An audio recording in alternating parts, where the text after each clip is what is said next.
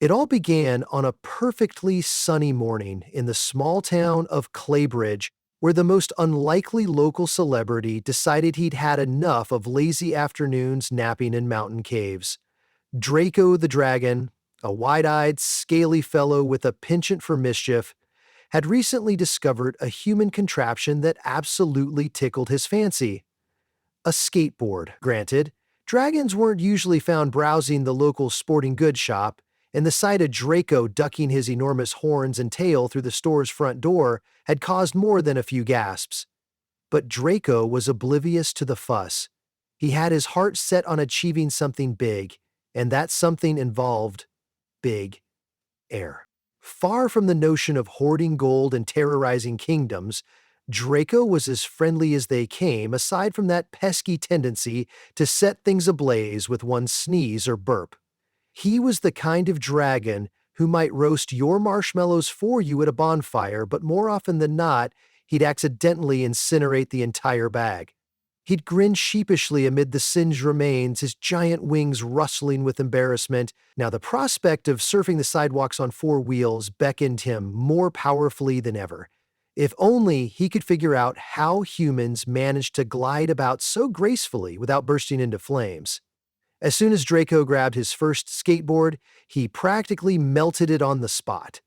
Thanks to the wave of excitement and an accidental snort of flame, its deck turned to cinder and the wheels went rolling down the aisle on their own. The shop manager, who was accustomed to the occasional odd request, rushed forth with a new, high heat-resistant model custom-built for Draco's more flammable nature.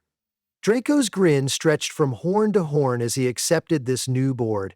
It was a wondrous creation, with reinforced metal edges, a basalt fiber deck, and wheels that shimmered with a subtle flame-like pattern.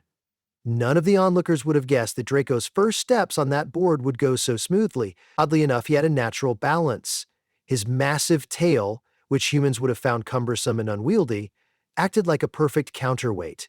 He hopped onto his new ride outside the store, rolling gently over the pavement. Onlookers gasped at the huge, scaled creature in the middle of the street. But Draco didn't notice. He tilted left and right carefully, discovering he could pivot with mesmerizing ease. Then, with a push of his hind legs, he soared down the sidewalk, wings somewhat extended for balance, that tether of excitement snapping taut in his chest. He was a dragon on a mission of fun. His dream, however, was not met without comedic setbacks. No sooner had Draco begun to pick up speed than a small crowd started following him.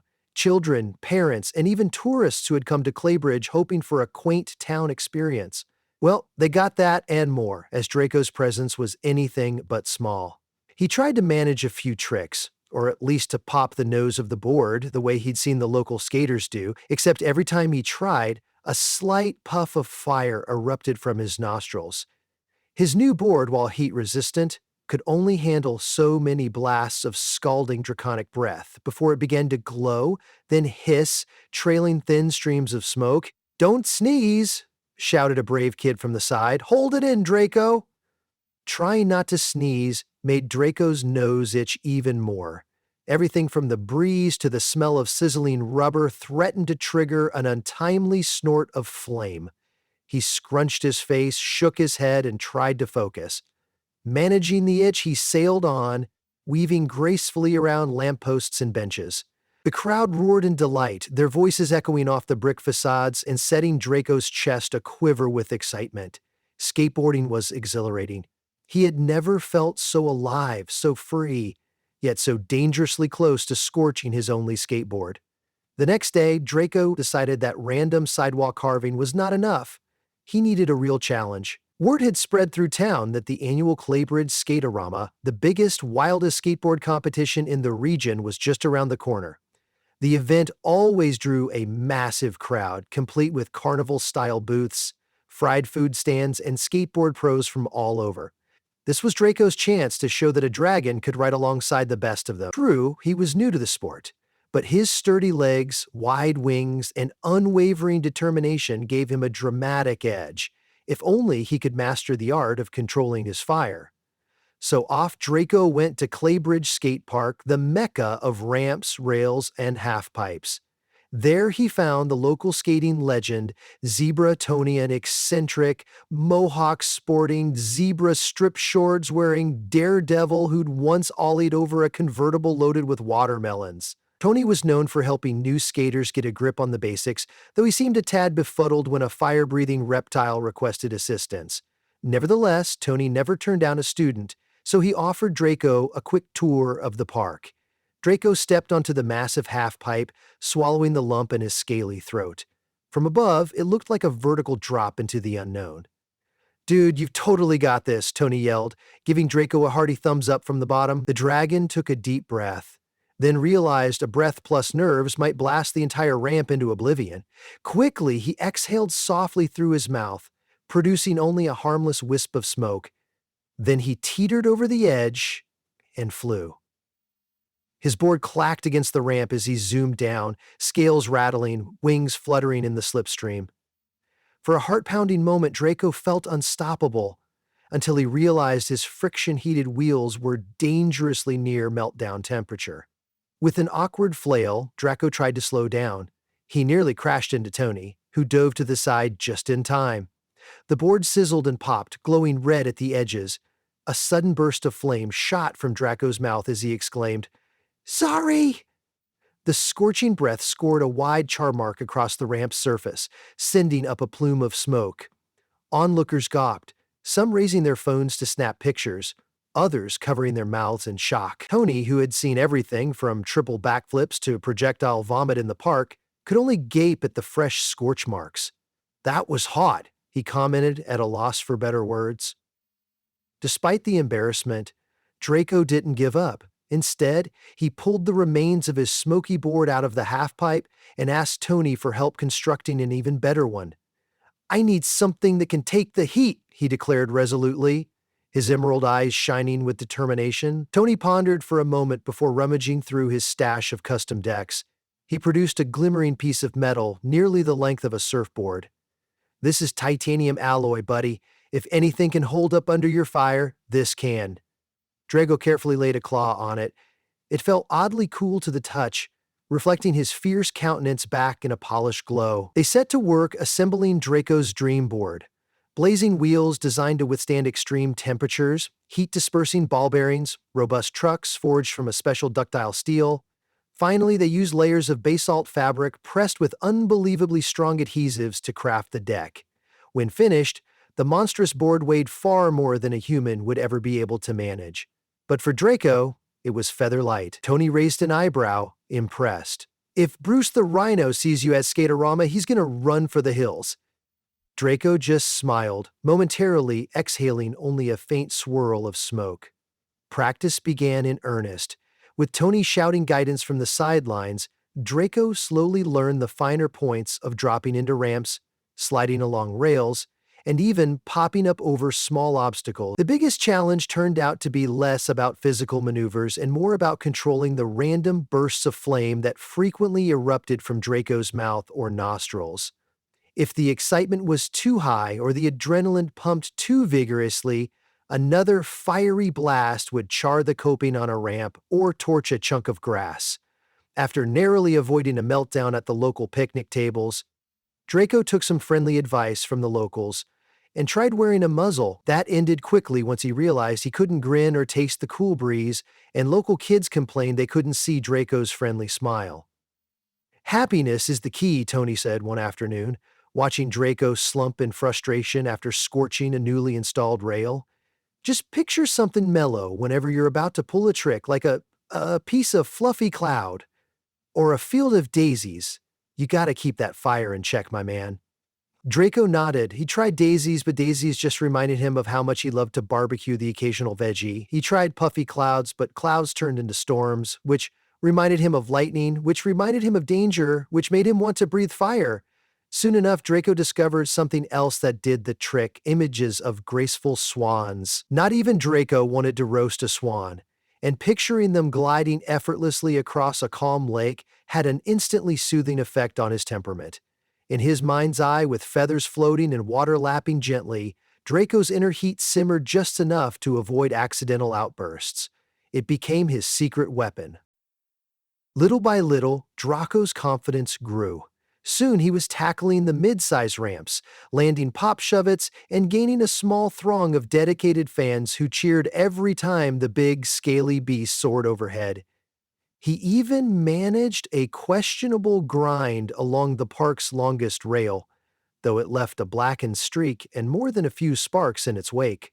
Throughout it all, Draco cherished each compliment and each. He wasn't just some mythical creature skulking in a cave, he was part of a community that welcomed imagination and spirit, ironically enough, even when that spirit set things on fire. An entire month passed in this flurry of practice, scolded mishaps, and incremental improvements. Soon, Skaterama loomed large.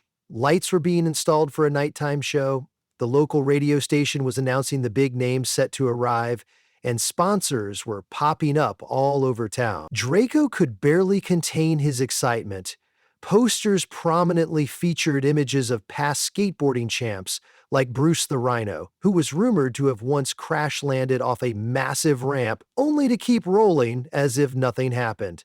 Early on competition day, Draco woke in his cave, though it was less of a dark lair and more of a cozy den with a plush couch, a mini fridge, and a giant TV where he watched endless skate tutorials. He performed a series of stretches that Tony had taught him. The only thing more surreal than a dragon with a skateboard is a dragon doing yoga. Then he carefully brushed his scales until they gleamed, mindful not to heat up. Finally, he placed his monstrous titanium alloy board under one arm and headed out. The sun was barely rising and the fresh morning air was perfect for a last-minute warm-up, minus any actual flame. At Claybridge Skate Park, the crowd was even bigger than Draco had imagined. Stands of spectators stretched around the perimeter, while camera crews set up to capture every pivot, flip, and tumble. Colorful graffiti murals lined the ramps, horns blared, and hype music thumped through loudspeakers. Excitement coursed from Draco's wingtips down to his tail. Thankfully, that excitement did not manifest as unwanted. He spotted Tony next to the halfpipe, giving him a confident wave. This was it, the big day. The competition began with various categories, amateurs, juniors, and a comedic cringe or clutch category where novices attempted flip tricks. Draco was set to compete in the advanced bracket, which meant going head-to-head with some of the region's top skaters. One by one, the professionals hit the ramps, pulling off gravity-defying stunts, big airs, and grinds that seemed to last forever. Spectators thundered with applause, and Draco felt that slight spark in his belly, equal parts nerves and excitement. He absent-mindedly took a breath, then reminded himself, swans, swans, swans. Slowly he exhaled, focusing on calm, feathery grace. When it came his turn, the announcer had a field day. Ladies, gentlemen, and all scaly creatures, presenting Draco, the scorching skateboarder from the mountaintop. Draco rolled forward, stifling a grin to keep the fire in check. He approached the halfpipe and dropped in with a smooth, practiced motion. The air rushed past his pointed ears as he carved his way up the other side, pumping for speed. Then, in front of hundreds of awestruck spectators, Draco launched into the air, wings slightly extended for stability. He flipped his board once, tucking his legs, and landed back on the ramp with a resounding thump that vibrated through every scale on his body. The crowd went wild, roaring approval. Cameras flashed. Draco's cheeks flushed with pride, but no flames erupted, just a trace of steam. He proceeded to the street course, weaving around obstacles with agility that belied his hulking frame. People who had never laid eyes on a real dragon, let alone a skateboarding one, shouted in Draco popped a small ollie over a bench, then hopped onto a rail for a sensational nose slide. The metal hissed, sparks dancing like fireworks beneath him, but the rail held. He finished his run with a massive jump, soaring so high that spectators collectively gasped. Upon landing, the friction on his wheels caused a fresh wave of smoke and sizzle, but nothing caught flame. He breathed out carefully, swans in mind, and waved a triumphant claw to the crowd. His first run was a hit. Just when Draco thought he could rest, the announcer declared the second round. The other skaters stepped up their game too, attempting more dangerous stunts to secure a spot in the finals. Draco watched in awe as Bruce the Rhino executed a near-perfect 540 spin in midair, while the entire audience whooped. Then it was Draco's turn again. He steadied himself at the top of the largest ramp. If he wanted to win, he needed something spectacular. Tony shouted from the sidelines, "Go big or go home, Draco!" Draco nodded, focusing on that calm swirl of water and swans in his mind. He dropped in, building up speed as he soared to the lip of the quarter pipe. With wings tucked behind him for aerodynamic efficiency, he turned his shoulders and tried for a 720 spin 2, full rotation. The first spin was perfect, the second spin was nearly there, and then it happened. A rebellious puff of flame snuck out of his nostrils. The crowd gasped, seeing the bright spark in midair. Draco momentarily lost his focus, arms and wings flailing. Instead of cleanly landing the full spin, the dragon smacked his board at a wonky angle. Smoke erupted. He wobbled, tail lashing to regain balance. The meltdown felt imminent. Crack! The half-pipe's surface, still somewhat scorched from previous flame bursts, splintered under the force of Draco's missed landing. The board remained intact, but Draco's foot jammed into a small crater, sending him stumbling. Desperate not to fail, Draco forced his body upright, straining every muscle. He lurched forward, wings beating frantically to keep from face-planting. The audience erupted into a mixture of gasps and cheers, uncertain if Draco would crash. Pain shot through his ankle, but Draco pushed off, teeth bared in a silent, determined snarl. His tail whipped behind him, giving him the last bit of torque he needed to roll away. Against all odds, Draco stayed on his board.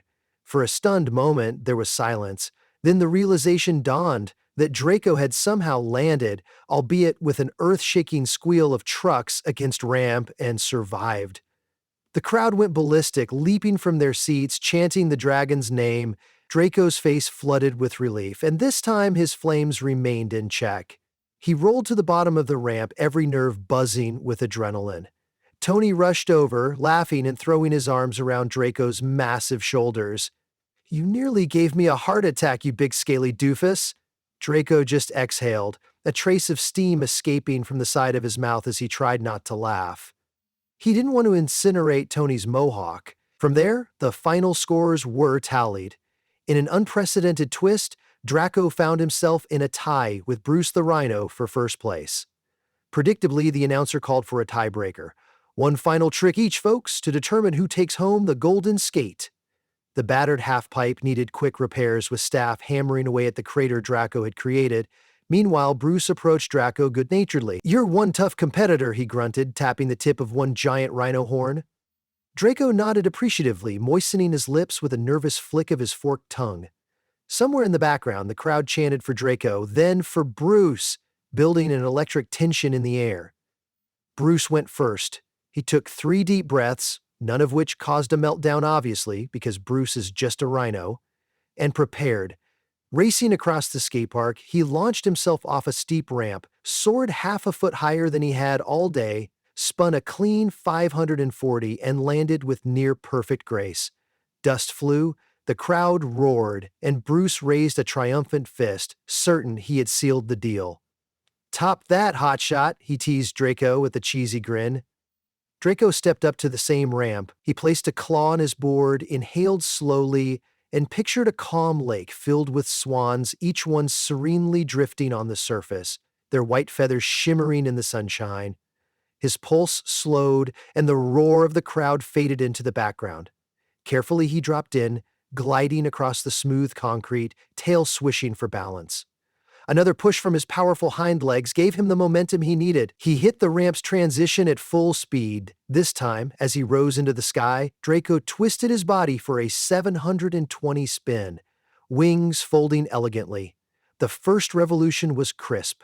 A tingle of excitement threatened to spark flames, but Draco forced his mind to remain on his calming image. The second revolution was fluid, coherent like a choreographed dance. He landed with precision, wheels screeching at the powerful impact, tail snapping behind him for extra stability. No scorching flames, no meltdown, just raw adrenaline. The crowd erupted in a frenzy that rattled the entire skate park. Tony hollered incoherently, pumping his fists. People hopped the barricades, rushing to congratulate the victorious dragon. The atmosphere pulsated with vivacious energy and absolute disbelief. No one in Claybridge, or anywhere else for that matter, had ever witnessed a dragon so seamlessly conquer a skateboard ramp. Enveloped by cheering spectators, Draco lifted the golden skate trophy above his head. Made of polished brass shaped like a mini skateboard, it glowed in the evening sun. Tears of joy, or at least the hint of watery eyes, gleamed across Draco's snout. Even though he was a creature known for unleashing scorching heat, in that moment, Draco felt something far warmer in his chest: genuine happiness, pride, and acceptance. Then, inevitably, Draco sneezed. Perhaps it was the dust from the ramp, or the overwhelming joy, or just the unpredictability of being a dragon. He let out the loudest, most flamboyant achoo of his life, sending a huge burst of fire skyward. The crowd jumped back, shrieking in surprise, but as the flames retracted, all that was left was a swirl of smoke, drifting lazily toward the clouds. Instead of panicking or scattering, everyone broke into peals of laughter. Even Bruce the Rhino, who'd come in second place, found himself chuckling and patting Drago on the wing, remarking, "That's our scorching champion, all right." In the days that followed, pictures and videos of Draco's winning stunt took the internet by storm. Memes spread like wildfire, pun intended, of Draco's accidental ramp burns, accompanied by witty captions about too hot to handle. Claybridge, once a sleepy town, became a tourist hotspot overnight, brimming with visitors hoping to catch a glimpse of the famed fire-breathing skateboarder. Local merchants created shirts that read "Dragon on Board," featuring a cartoon Draco perched on a blazing deck. Skate companies flooded Draco's mailbox with sponsorship offers. For once, a mythical being had become a mainstream sensation without terrifying the masses. Draco, ever humble, still practiced at Tony's skate park each morning, greeting fans with warm smiles and less warm bursts of flame, thanks to his swan visualization trick. He never forgot the look of disbelief on people's faces when he first took to the streets on his board, or the laughter that erupted whenever he accidentally singed the bench. Those moments, both triumphant and ridiculously awkward, had led him to discover something incredible. Any dream, no matter how outlandish, could ignite the imagination of a community if pursued with enough heart and maybe a bit of heat, resulting in rain.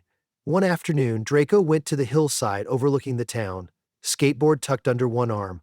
It was his favorite spot, a place where rolling fields stretched out toward the horizon. He settled down on the grass and watched Claybridge below him, a place that was once peaceful and unsuspecting, now alive with energy and acceptance. In his mind's eye, Draco saw the gentle swans drifting across their lake. It reminded him of how being calm wasn't just about controlling fire. It was about appreciating every moment and extending kindness, even if you're a giant lizard with blazing nostrils.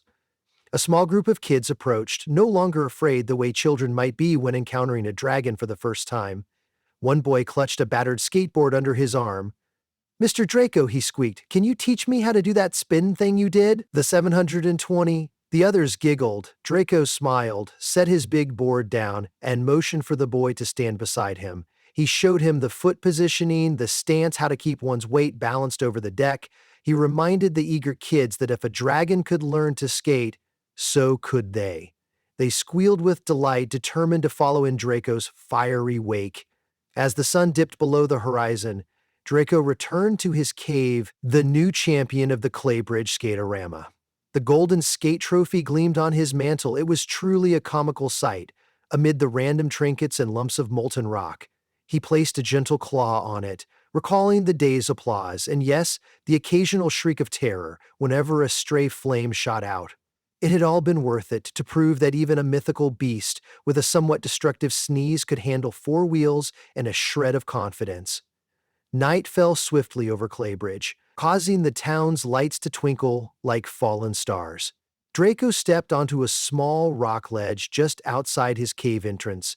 He took in a deep breath, letting his chest fill with fresh air. Then, with an affectionate grin, he blew a gentle puff of fire into the sky. its dazzling orange and yellow glow dispersing harmlessly among the stars. Someday soon, he might snort enough flames to start another skateboard meltdown, or scorch a poor trash can for the umpteenth time.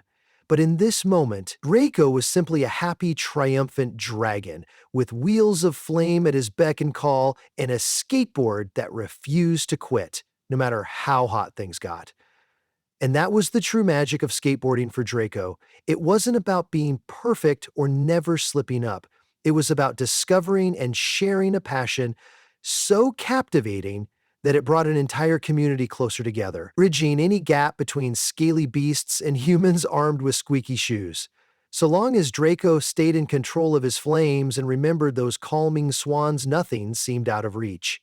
Tomorrow, he'd even try for a 900 spin, muzzle-free, with the entire skate park cheering him on. And if he broke a board or two along the way, well, that was just part of the hilarious adventure of a dragon who simply refused to let his blazing nature hold him back.